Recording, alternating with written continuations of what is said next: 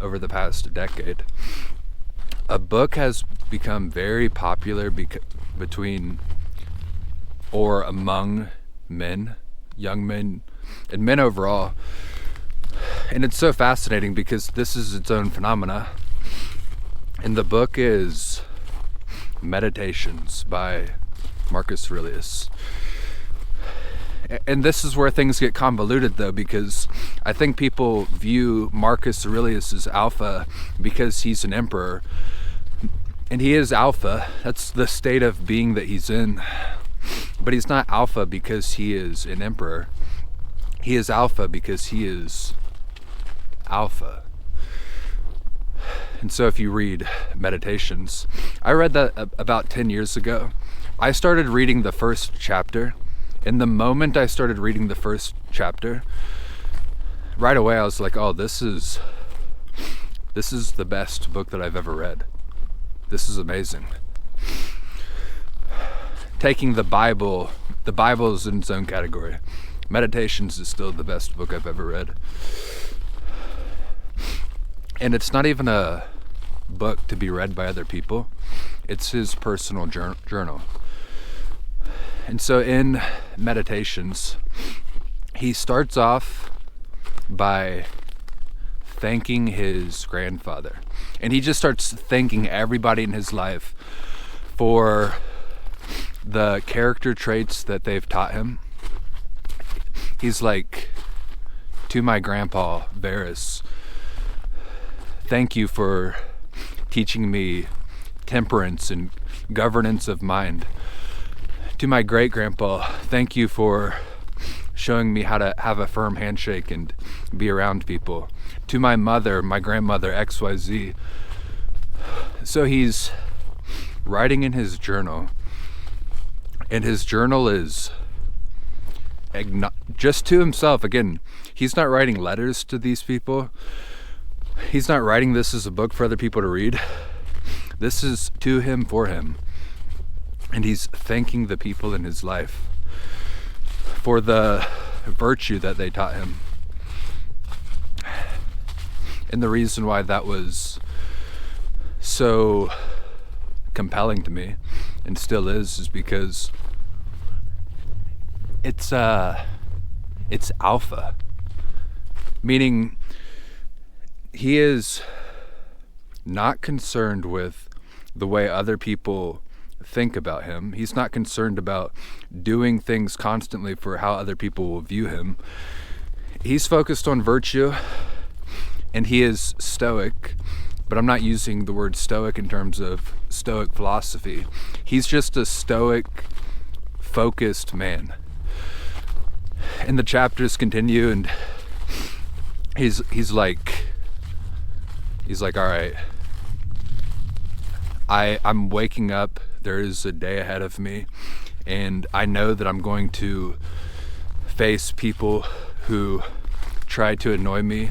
These people who try to annoy me, they are in chaos. They are out of alignment with God. It would be foolish to let them affect me. Why would I care about what other people think about me? And so he's just stoically picturing the day, stoically thanking people without selflessly, and for no grand reason. Just again, it's internal harmony, it's peace. It's not concerned with the way others view him. It's trying to do the right thing for the right thing's sake. And that is alpha. Alpha isn't this high energy, make a lot of money, be a high status man, gain as much as I can in the world. That is beta, which disguises itself as alpha. And again, beta isn't even bad. Alpha isn't inherently good. But we've reached the place where we look at these things, beta and alpha, in terms of their the idea of them being terms to describe vibrations and frequency. That's been around for like 150 years, but the terms essentially got hijacked, and ecologists in the 1940s and 60s started using these terms to describe ape relationships, chimp relationships, and wolf pack relationships. And so then they're looking at animals and they're like, here's the leader, we'll call him an alpha. Here's the subordinates, we'll call them betas.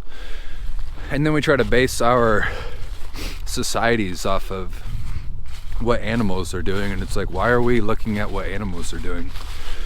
That's actually the opposite direction of that we should go. We're not animals. Strange inversions. I'll mention this because this is kind of funny regarding Alpha.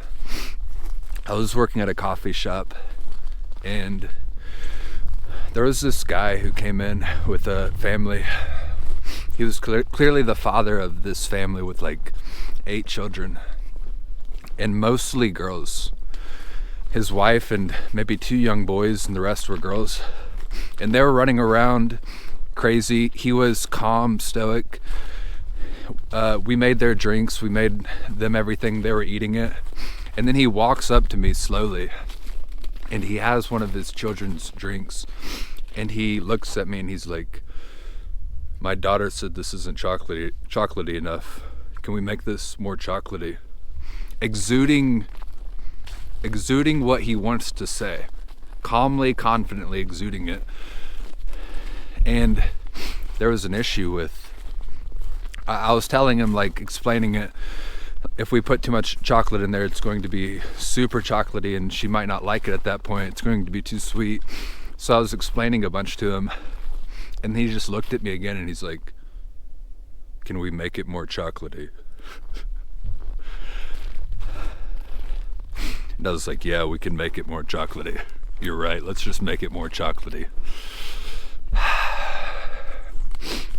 Right. So we all have these tendencies to be in these different frequencies. This is very literal. Our mind exudes these frequencies and these vibrations.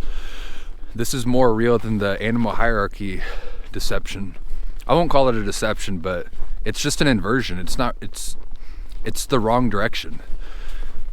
And so the lowest frequency, there's delta, slow. There's theta, there's alpha, there's beta.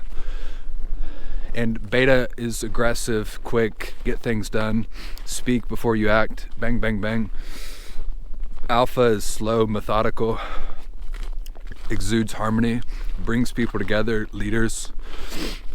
And theta is dreams, creativity, music, art. I would say that I primarily exist in theta, because I didn't realize this, but I have about 50 dreams per night. I literally have like 10 to 50 dreams every night, and I spend all of my time writing, creating. I daydream, and I'm working a $9 an hour job, and I'm equating that with Miyamoto Musashi. I'm doing all of these things where I'm like existing in dreamland. It's very theta, slow. The shadow of theta is high highs, low lows. I emotionally get very high, emotionally get very low. Such is the nature of theta. Delta is motherly, nurturing. Delta is the slowest one, very calm, peaceful. Everything feels okay around Delta. The shadow of Delta is in chaos. They feel fatalistic. They feel despair, apathetic. They just want to cry and give up. So all of these states have very positive traits and very negative traits. Not one is good, not one is bad. They just are what they are. And you're also you don't always exist in any one state. I typically exist in theta. Sometimes at certain points in my life, I've been a leader of teams. I've gone into alpha. I played football. I was in high intensity sales. Those things were beta. So we all oscillate. We're not stuck in one, but there's one frequency which we typically exist. And so we're all different, and because of the nature of our current society, it's like we're all forced to participate in the beta game. Let's talk about the solution. It's a very optimistic solution to clean it up. But let me paint a picture of a man who oscillates all throughout. David, King David. David fought Goliath. David was a shepherd. David wrote the Psalms. David was chased through the wilderness by King Saul. David was Alpha, king of Israel, calm, bringing about justice, writing the Psalms and playing the harp, very theta. He's oscillating between all of these different frequencies, and he's not doing it willfully, by his own will, that is. If you look at the story of David's life, he's going to where God wills him to go. It's the quote in the New Testament, my life means nothing unless I use it to do the will of the one who sent me. My life means nothing unless I use it to do the will of the one who sent me. So no matter what you are most comfortable in, whether in a state of creativity or nurturing or alpha and just being at peace and exuding confidence and harmony, or beta without the shadow of the times where you're quick, bang, bang, get stuff done, founder of a company, looking at my phone, running my business. You don't have to, we're not meant to stay at any one frequency, but rather to do the will of the one who sent me. And the solution to the times is that because of the beta obsession, I would almost go as far to call it beta worship. Many people who are alpha, it can be men and women. It's a state of being. It's not animal hierarchies. It's literally the state that your brain is vibrating. Your thoughts are vibrating. The frequency at which they vibrate, where you typically exist. The shadow of alpha is when there's chaos, alphas like there to be control. Part of their shadow is they will create a frame and try to make people stay within their frame.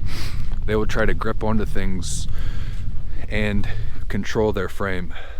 And if they lose their frame, they shut down. They stop talking to people. They drop out of society. And that's where we're at right now. Many people who are naturally alpha exist within this beta inverted realm, and they've dropped out of society because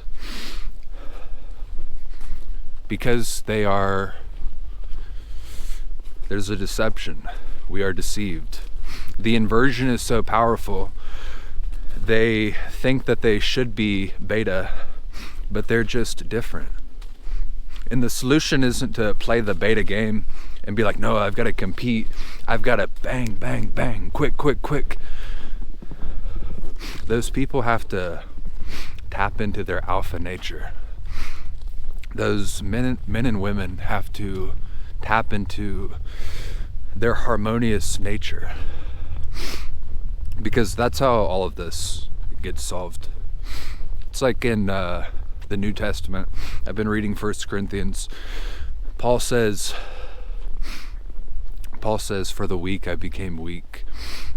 He's trying to encourage people to go to God, be proper Christians. But he says, I am weak, you are strong. I don't know why God made me like this, but I think God made me like this so that I could encourage you. You are weak, or I am weak, you are strong. We need to encourage these people to step into their alpha nature and exude harmony, like Marcus Aurelius. Go write in your journal and, well, don't listen to what I say because that's antithetical to the alpha nature. Only you know. Only you know. But whatever you are, we're all different. And we've got to actually see our differences, not surface level differences, which we've become obsessed with, but our true core differences, and appreciate them. That way we can rediscover harmony. Right? For now, that's all that I have. Goodbye.